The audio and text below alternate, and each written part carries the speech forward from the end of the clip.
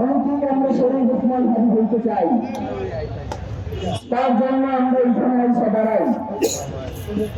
কিন্তু ততক্ষণ পর্যন্ত আমরা শহীদ ওসমান হাদি হইতে পারবো না যতক্ষণ পর্যন্ত আমাদের অন্তরে আমাদের এই ধরনের চিন্তা ভাবনা কাজ করবে যে আমরা শহীদ ওসমান হাদিকে যারা খুন করেছে, যারা হত্যা করেছে, তারা আমাদের থেকে অনেক শক্তিশালী।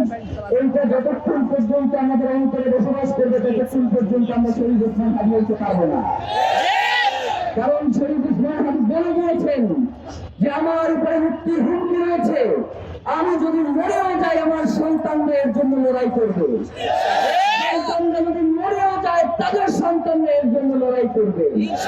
বাংলাদেশে ইনসাফ কায়েম করা পর্যন্ত যুগ থেকে যুগান্তরে এই লড়াই চলবেই চলবে। আমাদেরকে এই লড়াই চালিয়ে যাওয়ার জন্য আমাদেরকে সেই প্রস্তুতি নিয়ে রাখতে হবে। আমরা বারবার রক্ত দিব না।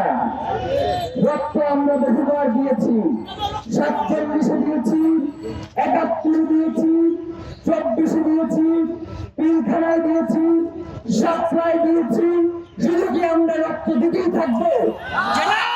প্রিয় ভাইরা, এই বাংলার জন্য ইনসাফ কায়েমের জন্য যদি রক্ত দেওয়া লাগে আমরা রক্ত দিব, আবার সেই ইনসাফ কায়েমের জন্য যদি রক্ত দিতে হয় আমরা সেই রক্ত দিব।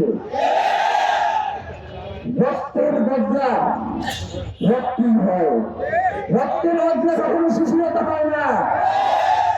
রক্তের বদলা আজকে শহীদ ওসমান হাদিকে যারা হত্যাযজ্ঞ করে শুনেছে, যারা শহীদ ওসমান হাদিকে কিভাবে হত্যা করে দেয় সেই পরিকল্পনা দেশে বসে করেছে, তাদের সাথে আর কোন সুশীলতা মানাবো না আমরা।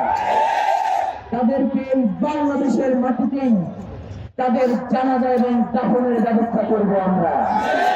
যারা আমাদের জীবনকে জাহান্নাম বানাতে চায়, আমরা শাহাদাতের মধ্যে দিয়ে তাদের জীবনকে জাহান্নাম বানিয়ে দিব।